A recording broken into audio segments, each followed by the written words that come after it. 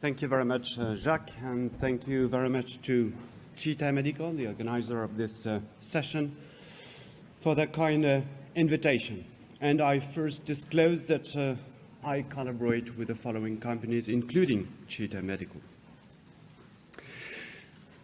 What's behind the 50% fluid responsiveness? In fact, we'll speak a bit about physiology. Regarding physiology or pathophysiology, why do we give fluids to our patients?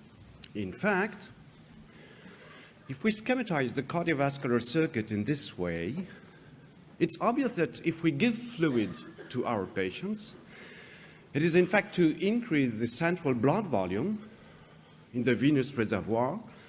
It means to increase the cardiac preload and eventually to increase venous return, which equals cardiac output. But if we speak about physiology also, we know that the venous return is determined by a pressure gradient between the mean systemic pressure and the right atrial pressure. So in fact, if we give fluids to our patients, it's to increase the mean systemic pressure in order to increase and to improve cardiac output and eventually to improve tissue oxygenation. You all know the Guyton relationship between venous return and cardiac output and cardiac preload. And in fact, when we give fluid to a patient, it is to increase the mean systemic pressure with the expectation to increase venous return. And it's the way patients are treated for years and for decades. In case of hypertension, we give fluid to the patients. Nevertheless, 20 years ago, it became obvious that this very common treatment, as said by Professor Pinsky, is not effective in all the patients. It is one of the first reviews that clearly showed that in some patients, fluid administration does not increase cardiac output. Fluid responsiveness occurs in only 50% of cases. What is the explanation? In fact, the explanation of this observation, because first it was an observation, was found again in the basic physiology and in the experiments of Starling based on the previous experiments of Otto Frank years ago. And in fact, you know, the Starling experiment, using an isolated heart preparation, he showed that there is a very specific relationship between cardiac preload and stroke volume and cardiac output. It's not a linear relationship.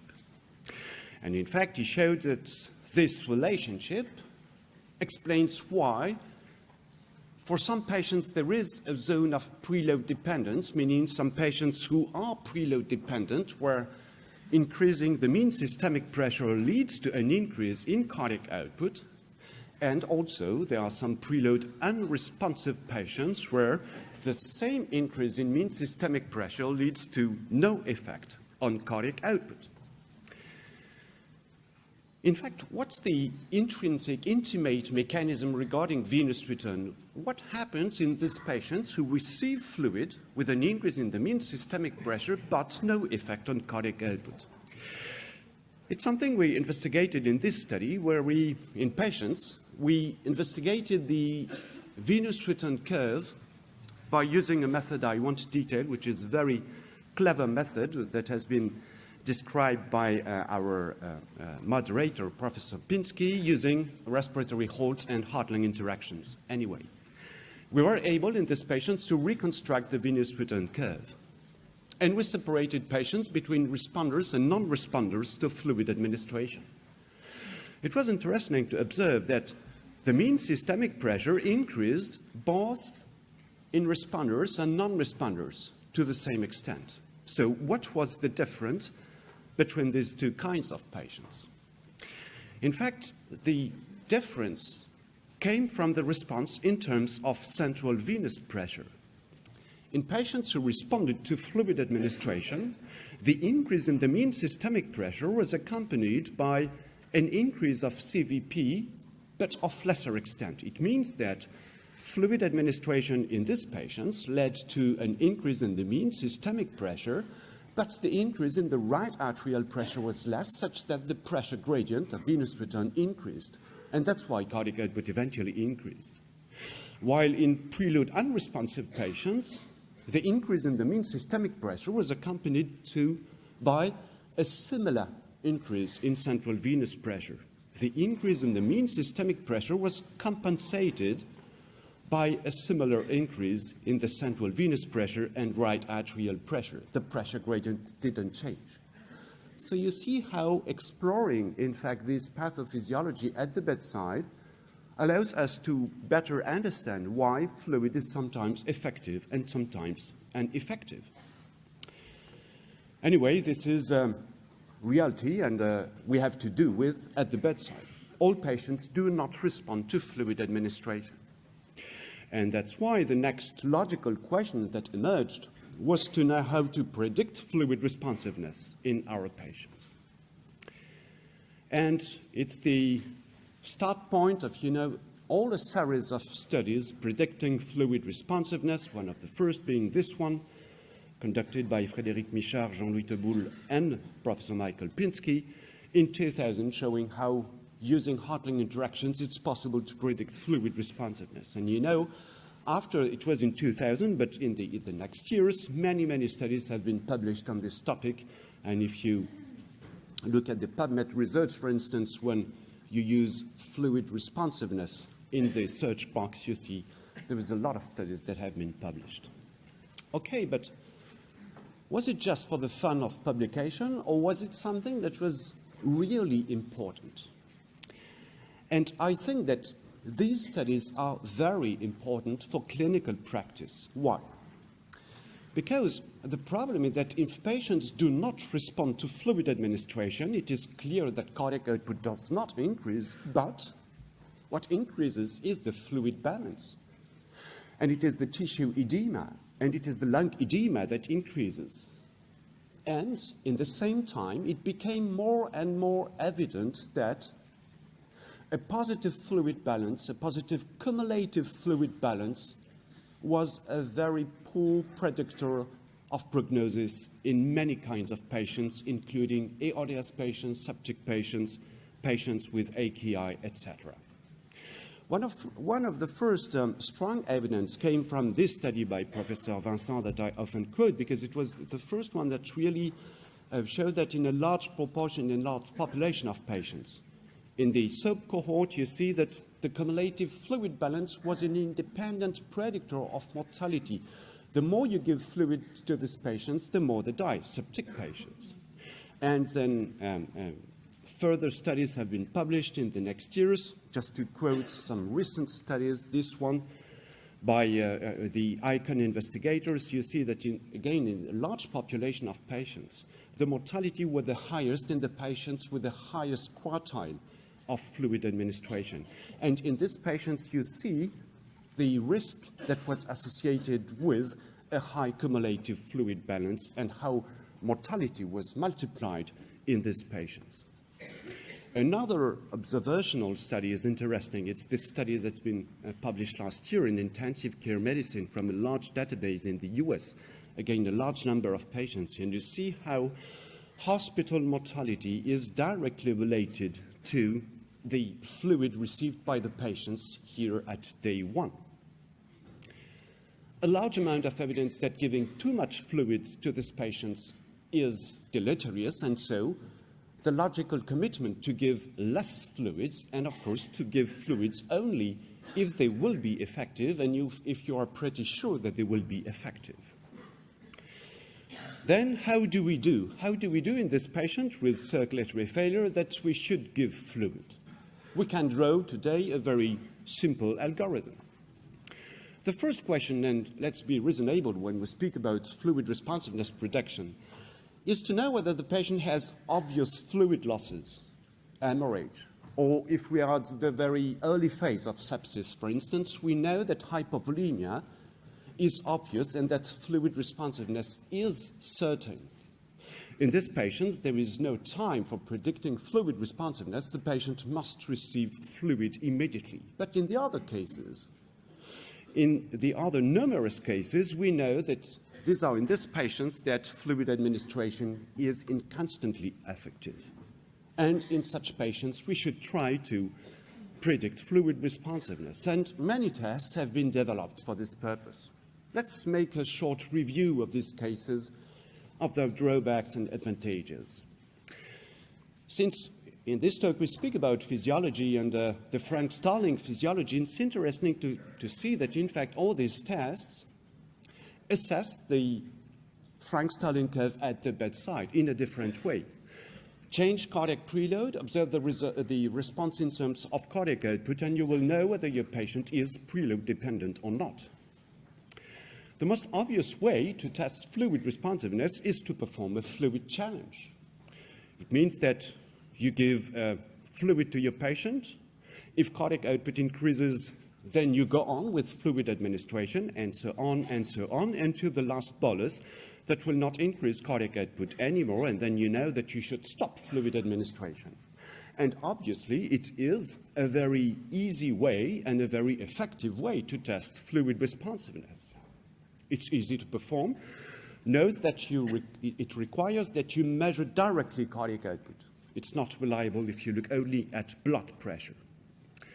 The problem of the fluid challenge, in my eyes, it's in the kind of patients where it must be repeated over time, because it's true that if the patient experiences several hypertensions in a day, and if you use the fluid challenge strategy at every time, eventually your patient will receive a lot of fluid boluses that will not increase cardiac output, that will be fluid ineffective, but will increase the fluid balance. And this will eventually, the risk is to increase the fluid balance. Then perhaps it's the reason why some tests have been developed to test fluid responsiveness without giving one drop of fluid. Another way to do that was to use heart-lung interactions, and it's been first demonstrated in the study I quoted just before by Michaud and co-workers 20 years ago. The principle is just to test the Frank-Starling curve using preload changes induced by mechanical ventilation. The problem of this technique, and also, by the way, of the changes in the inferior or superior vena cava diameter, is that they are well validated. A big advantage is that it's continuous and you don't need to measure cardiac output, but the drawback is that there is a large proportion of patients, especially in the ICU, when you cannot use this test. Atrial fibrillation, spontaneous breathing, and at least for PPV-SVV, ERDS with low tidal volume, low lung compliance, and many other instances where you cannot use this test. And that's a big, in fact, a big drawback, a big disadvantage of this case is obviously. There are many other ways to test that using the ventilator. You can use the tidal volume challenge. I won't speak about that. It's a very interesting test using PPV. You can also use the respiratory effects, the hemodynamic effects of recruitment maneuvers. And I will insist on another test, which is the expiratory occlusion test, for instance. In fact, perhaps you know this test. It's based, again, on heart-lung interactions and on the very simple principle that mechanical ventilation induces cyclic increases in intrathoracic pressure, of course, and so cyclic impediments in venous return. Venous return tends to increase. The next insufflation occurs, it decreases. And so the principle of the test is that if you stop mechanical ventilation at end expiration, just like for measuring the intrinsic PEEP, you stop the cyclic impediment in venous return. And for a few seconds, cardiac preload increases. And if you wait enough time for the cardiac preload bolus to cross the pulmonary circulation, 15 seconds, around 15 seconds, then if cardiac output increases, it means that both ventricles are preload dependent. Again, you test the Frank-Starling curve at the bedside, the same way. You stop mechanical ventilation, cardiac preload increases. If cardiac output increases in response, you know your patient is fluid responsive. And in this first study, 10 years ago, we showed that if cardiac output increases during a 15-second end expiratory occlusion by more than 5%, patients were likely fluid responsive. the way you perform this test, the monitoring device, is very important to consider. And here, with this device, one must say it's very easy to perform. With this test, it's very easy to perform if you have a continuous measurement of cardiac output. Like here, it is possible with pulse contour analysis that increases during the 15-second end expiratory occlusion, and the test has been confirmed. Recently, we tested whether it was possible to do that with echocardiography. And with echo, we performed not only an expiratory hold, but also an inspiratory hold in order to decrease stroke volume in preload responders. And we rather considered the addition of both effects, and we expected that these changes induced by both expiratory and inspiratory holds would be larger in fluid responders. And it was actually the case. And what's interesting is that if we considered only the changes in stroke volume, velocity time interval induced by and expiratory holds, we had a good prediction of fluid responsiveness, good area under the RAC curve, but the threshold was 4%. And it's likely too small regarding the precision of echocardiography and VTI measurements. But if we added the and inspiratory holds and added both effects, the area under the RAC curve were the same, but the threshold was higher and likely more compatible with the precision of echocardiography. And it's likely the same problem with esophageal Doppler, and this is what we confirmed in this study that's been recently published. Of course, you know that another test that we developed was passive leg raising. What can we say about passive leg raising today? Of course, it's a way, also a very simple way, an easy way, in principle at least, to test fluid responsiveness. The advantage is that you can use it in patients where you cannot use PPV and SVV, but the main drawback of the PLR test is that it requires a direct measurement of cardiac output. It means that if you use blood pressure only to assess the PLR test, you have many false negatives, the same as for the fluid challenge, by the way. And so the question in the next years was to know which device we could use to assess the test. Pulse contour analysis is particularly suitable for this, very convenient. Echocardiography has been used in many, many studies. Esophageal Doppler also in the first study we published, but also less invasive and perhaps more original ways. You can use, for instance, capnography.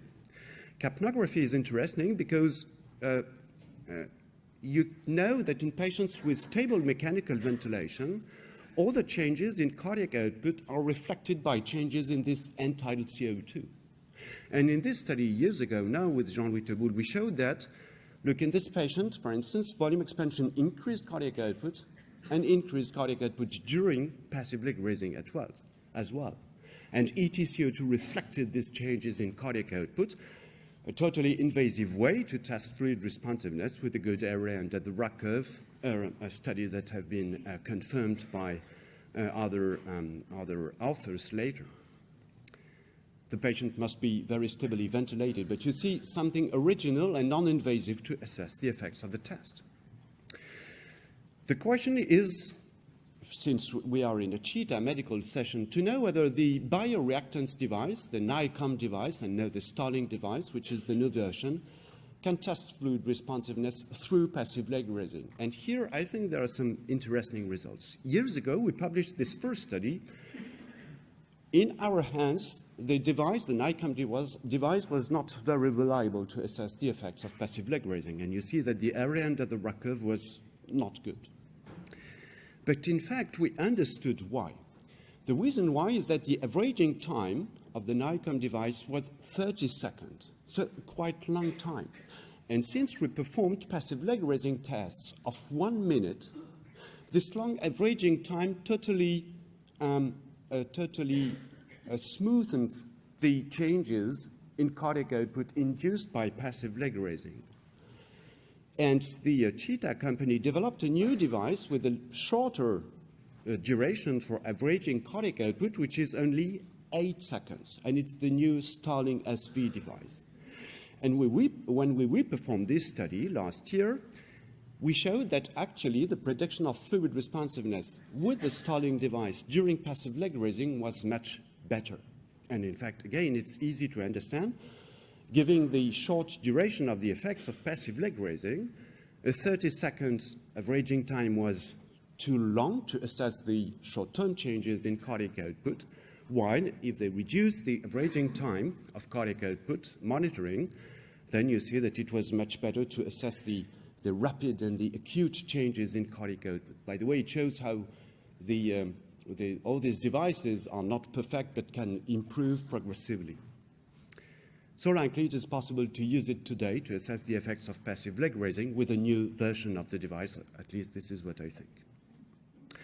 So to conclude, what is behind this 50% fluid responsiveness? A strong cardiovascular physiology that has been progressively investigated, and many clinical implications that today may help us to avoid excessive fluid administration with tests and good monitoring devices.